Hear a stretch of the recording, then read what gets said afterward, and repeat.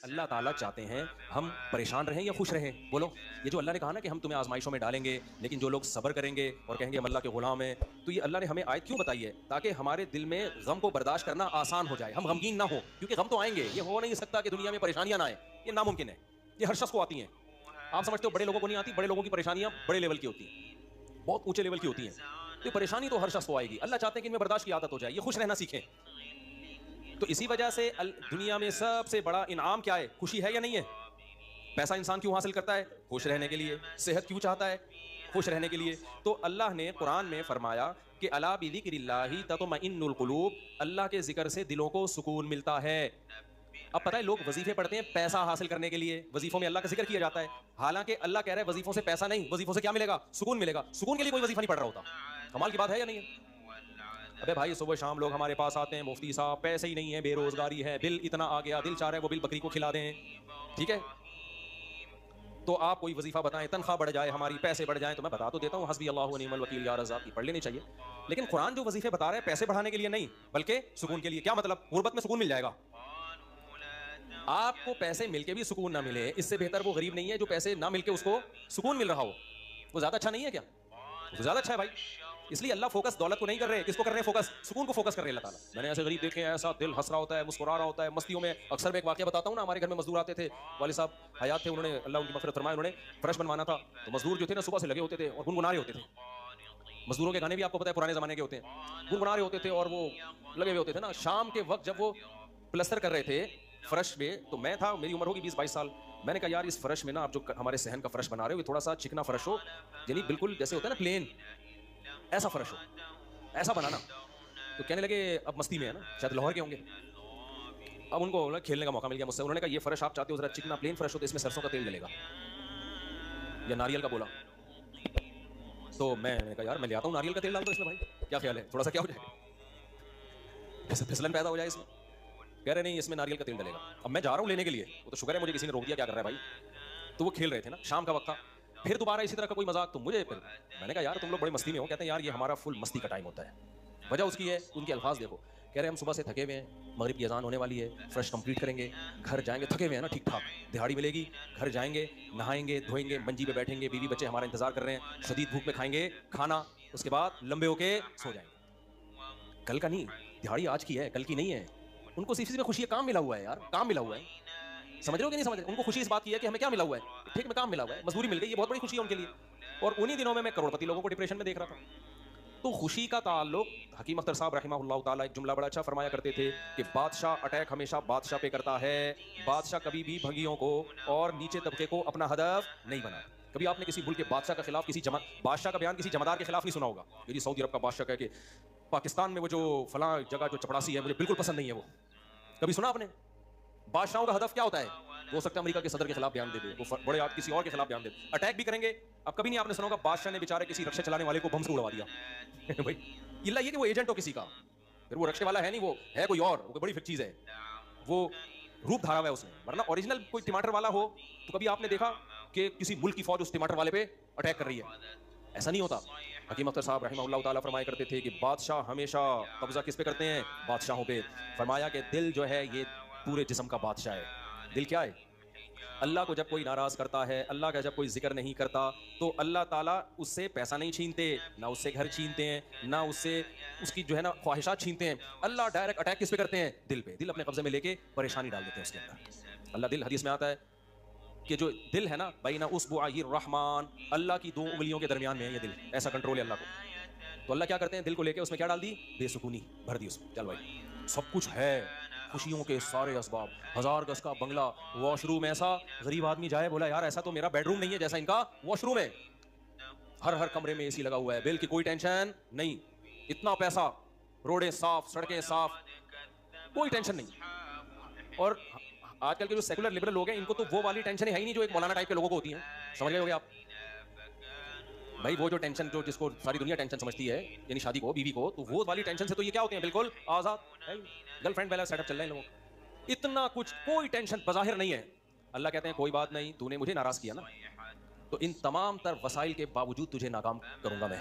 क्योंकि अगर वसाइल छीन लेता ना अल्लाह ताला, फिर तो भाई हर एक को टेंशन हो जाती है। अल्लाह कहता है इन सारी खुशियों में मैं इन खुशियों पे अटैक नहीं करूंगा, मैं बादशाह हूँ। बादशाह हमला किस पे करते हैं? बादशाहों पे। तेरे दिल को अपने कब्जे में लेके उसमें से सुकून निकाल के उसकी जगह क्या डाल दूंगा? बेसुकून। जितना गुनाहों में लज्जत हासिल करने के लिए आगे बढ़ेगा ना, अच्छा फिर ऐसा शख्स क्या करता है जब बेसुकून होता है, तो फिर वो सुकून के लिए शराब कबाब की तरफ जाता है, लड़कियों की तरफ जाएगा, जिना की तरफ जाएगा, दोस्तियों की तरफ जाएगा, फुहश मूवीज की तरफ जाएगा। अल्लाह कहते हैं कि अब जितना इन चीजों में जाएगा ना, वक्ती खुशी मिलेगी, वक्ती राहत, लेकिन बेसुकूनी के जाल में फंसता चला जाएगा। शायर ने कहा ना, जितना तड़पोगे जाल के अंदर, जाल घुसेगा खाल के अंदर। परिंदा जाल में जब फंस जाए तो एक तरीका तो हो सकता है आजाद होने का कि हिले नहीं, और जब मालिक आए जाल को हटाए तो उस वक्त आंख बचा के निकल जाए, शायद 1% चांस हो। लेकिन अगर वो हिलना शुरू कर दे तो जाल लिपटता चला जाएगा कि नहीं चला जाएगा? देखो मछली जब कांटे पे मुंह मारती है, उसके पास उस वक्त ऑप्शन होता है कि हिल नहीं, बड़े आराम से किसी तरीके से वापस, शायद 1% चांस हो, लेकिन हिलेगी तो ऊपर बैठा हुआ आदमी समझ जाता है कि शिकार इसमें फंस गया है। हिलने से पता चलता है, जोर लगाने से, फिर वो खींचता है। तो जितना पीछे जोर लगाएगी कांटा उतना ज्यादा अंदर घुसेगा। तो नाफरमान क्या करता है? वो सुकून के लिए फुहश फिल्मों का सहारा लेता है, वो लड़कियों का सहारा लेता है, वो नशे का सहारा लेता है, शराब कबाब का सहारा लेता है। अल्लाह कहते हैं मैंने तुझे कहा था कि तू शरीयत पे नहीं चलेगा, मुझे याद नहीं करेगा, बेसुकूनी में जाएगा। तू कमबख्त इस बेसुकूनी के इलाज में और ज्यादा बेसुकूनी के असबाब इख्तियार कर रहा है। अल्लाह दोबारा उसका दिल हाथ में लेके जितना पहले बेसुकूनी डाली थी ना, वो बेसुकूनी और ज्यादा डाल देते हैं उसमें। समझते हो कि नहीं समझते हो? तो मैं ये कर रहा था, अल्लाह मियाँ ने क्या फरमाया, अला बिज़िक्रिल्लाहि तत्मइन्नुल क़ुलूब, अल्लाह को याद करोगे तो दिलों को सुकून मिलेगा। इससे पता चलता है कि अल्लाह चाहते हैं कि हमारे दिलों में सुकून आए, तभी अल्लाह ने अपनी इताअत पे क्या रख दिया? सुकून। अब जिक्र जिस पे सुकून मिलता है ना, उस जिक्र की 2 किस्में। कितनी किस्में भाई?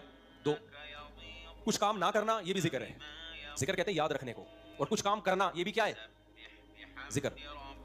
जिक्र याद, अरबी में जिक्र का मतलब क्या है? याद। कहते हैं तज़किरा किया उसने, ये तज़किरा जिक्र से ही निकला है। कहते हैं ना फला आदमी आपका तज़किरा कर रहा था, आपका जिक्र खैर कर रहा था, इसका मतलब गीबत कर रहा था। आजकल मतलब यही होता है इसका, ठीक है ना, आपको याद कर रहा था, इसका मतलब बुराई नहीं कर रहा होगा, अच्छाई आजकल मार्केट में अच्छाई बयान करने वाले शॉर्ट है मार्केट में। तो जिक्र का मतलब क्या है भाई? याद रखना। तो अल्लाह कहते हैं जो अल्लाह को याद रखते हैं उनके दिलों में क्या पैदा होता है? सुकून। और अल्लाह ने कहा अला खबरदार, ये अल्लाह का लफ्ज़ तंबी कर रहा है कि इस बारे में दूसरी रिपोर्टें भी हैं। कुछ लोग कहते हैं इस काम से सुकून मिलता है, कुछ कहते हैं इससे सुकून। अल्लाह कहते हैं अला खबरदार, किसी की बातों में आने की कोशिश मत करना। ये अल्लाह का लफ्ज़ जो है ना, ये इसलिए लगा दिया, खबरदार, ये सारी फेक न्यूज़ हैं, ये सब प्रोपेगेंडा है। दिल मेरे हाथ में है तो सुकून भी किसके हाथ में होगा? मैं जो चाहूँ उसमें डाल दूँ। सुकून एक ऐसी चीज़ है अपने इख्तियार से कभी आती नहीं है। आप खुश रहने की कोशिश करो, थोड़ा सा कुछ असबाब इख्तियार कर लोगे, उससे ज़्यादा नहीं होगा। जिन लोगों ने खुश रहने पर किताबें लिखी है ना, उनमें बहुत से खुदकुशी करके मरे हैं, समझ रहे हो? किताबें लिख गए कि खुश ऐसे रहते हैं। किताब लिख के जब वो चली नहीं मार्केट में तो उसी से डिप्रेशन में चले गए वो। यार ये चल क्यों रही मार्केट में, क्या ख्याल है भाई? ये बिक क्यों रही, इतनी मेहनत से हमने लिखी है, इसी से क्या हो गई उनको? डिप्रेशन हो गई। खुशी पे वर्कशॉप करनी थी, पब्लिक ही नहीं आई, उसी से टेंशन में चले गए। यार पब्लिक तो है ही नहीं, सारे पैसे ज़ाया हो गए, तो वगैरह बहुत सारे मसाइल हैं लोगों के साथ भाई, सबके साथ ही होते हैं।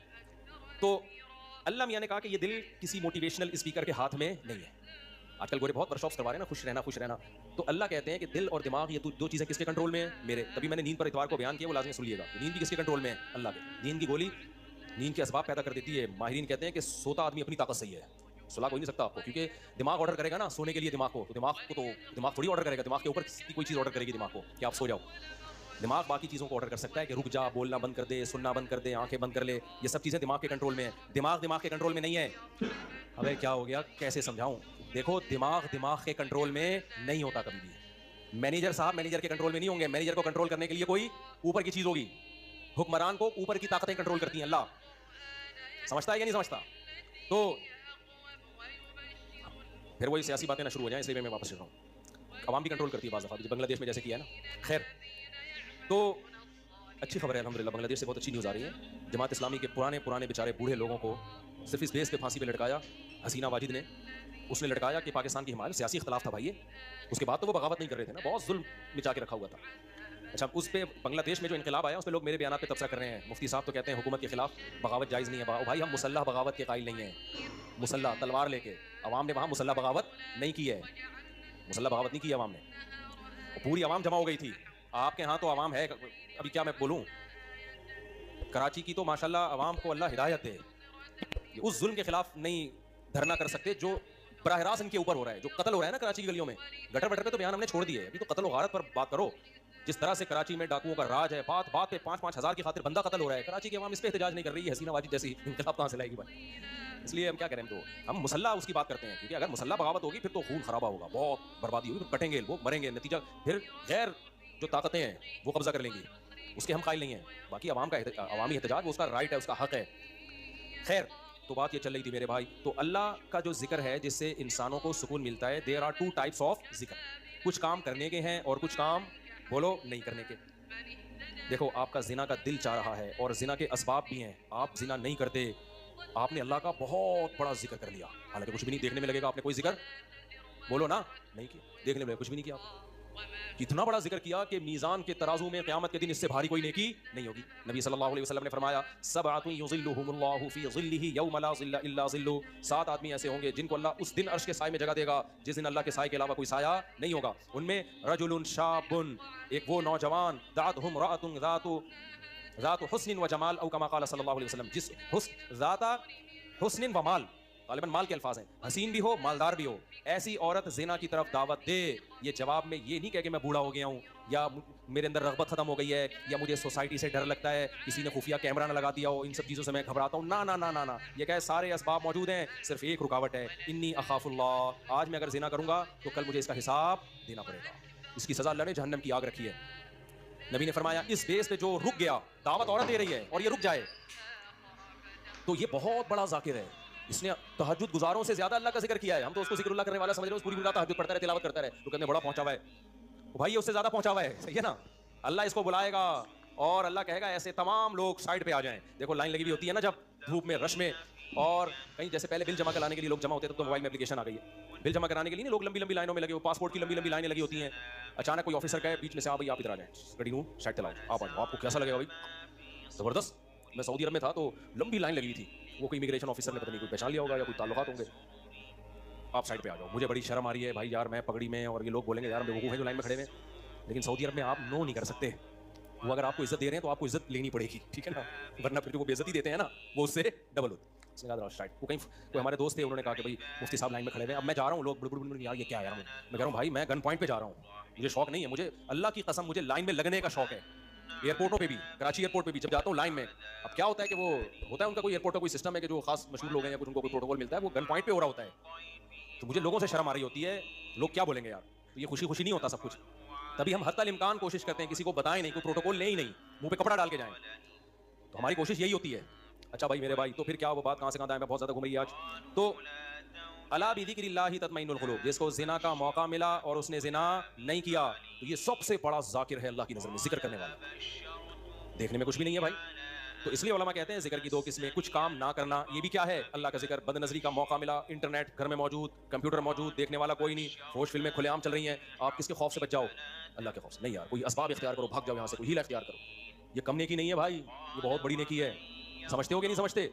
और दूसरी जिक्र की किस्म, कुछ करना, जैसे नमाज के वक्त पे नमाज पढ़ना, रोजे के टाइम पे बोलो रोजा रखना, जबान से अल्लाह को याद करना, ला इलाहा इल्लल्लाह पढ़ना, सुबह शाम जिक्र की बहुत बड़ी फजीलत है। इसलिए मैं लोगों से कहता हूँ भाई आमिलों के पास जाके जिक्र मत लो, अगर दिल में बेसुकूनी है, अल्लाह को खुश करने के लिए अल्लाह को याद करना शुरू कर दो। देखो ये बेसुकूनी ऐसी चीज़ है, भगाने की कोशिश करोगे नहीं भागेगी, जैसे नींद लाने की कोशिश करोगे तो आएगी। दिल दिमाग एक ही चीज़ है, कनेक्शन एक ही है इनका। जब आप लेटते हो और आप कहो मैं नियत करता हूँ सोने की, सो जाओ, अभी तक क्यों जागा हुआ है, सो जाओ, दिमाग को ऑर्डर देते रहोगे, सोएगा बिल्कुल नहीं। भाई सोने का सोचना भी छोड़ दो, अल्लाह सुलाएगा तो सो गए, वरना किसी का, यानी मस्जिद में नहीं कहना चाहिए, किसी का बाप वगैरह मुनासिब अल्फाज नहीं है, वरना कोई भी नहीं सुला सकता आपको। क्या ख्याल है भाई, तो उसका तरीका ही लेट जाओ भाई, खुद ही नींद आती है, ऐसा थोड़ी कोई सोच रहा है। तो इसी तरह आजकल लोग खुश होने की कोशिश में लगे हुए हैं, यार मैं टेंशन में क्यों खुश हूँ, नहीं होगा भाई, ठीक है, ये आपके कंट्रोल में नहीं है, ये किसके कंट्रोल में है, अल्लाह के। होता है मेरे भाई, खुशी का कोई सबब भी नहीं होता। कैसा प्यारा शेर हकीम अख्तर साहब रहमतुल्लाह और हमारे हज़रत भी पढ़ा करते थे, दिल गुलिस्तां था तो हर शय से टपकती थी बहार, दिल बयाबा हो गया आलम बयाबा हो गया। आलम जहान को कहते हैं, बयाबा का मतलब चटियल मैदान। कहते हैं जब दिल में खुशी थी तो सहराओं में भी ऐसा लगता था जैसे गुलो गुलजार, शहरों में भी खुशी। जब दिल गुलिस्तां था ना, दिल बाग बाग था, गार्डन गार्डन था दिल, तो हर चीज गार्डन गार्डन लगती, हर चीज गार्डन गार्डन। और जब दिल में सुकून ना हो तो बागों में भी सुकून नहीं मिलता, हूर और रंग में भी सुकून नहीं मिलता। आपके दिल गार्डन रख के लगा दे, चमाट किसी जो बगल में हूर बैठी हुई है ना, उसको भी आदमी कोशिश करेगा कि रख के लगा दे, दिल में सुकून नहीं है। दिल गुलिस्तां था तो हर शय से टपकती थी बहार, दिल बयाबा हो गया आलम बयाबा। आलम सब, कोई दुनिया भर की खुशियां उसको खुश नहीं रख सकती। तो इसलिए खुशी की हासिल करने की कोशिश मत करो, हैंड ओवर कर दो अपने आप को, तस्लीम कर दो अपने आप को, किसके हवाले, अल्लाह के हवाले। ये फिक्र ही छोड़ दो, जो अल्लाह का काम है वो अल्लाह को करने दो भाई, आपका जो काम है आप उसको फोकस करो। देखो एक आदमी को मजदूरी पे लगा दिया, सेठ साहब ने बोला ये कुआं खोद, शाम को तुझे मैं 1000 रुपए दे दूंगा, उस 1000 की लालच में वो कुआं खोद रहा है, ऐसा ही है ना। गरीब था ना, अब हर थोड़ी देर में देख रहा है कि सेठ भाग तो नहीं रहा, ऐसा तो नहीं 1000 रुपए देगा कि नहीं देगा। फिर पूछ रहा है सेठ साहब एग्रीमेंट पक्का है ना, दोगे कि नहीं दोगे। उसी लालच में मैं कुआं खोद रहा हूँ। सेठ क्या कहा, तू काम को तो फोकस कर, जितनी देर में तू आता है इतनी देर में तो कितना गड़ा और खुद चुका होता। तू अपना काम कर, तुझे टाइम पे पैसे मिल जाएंगे।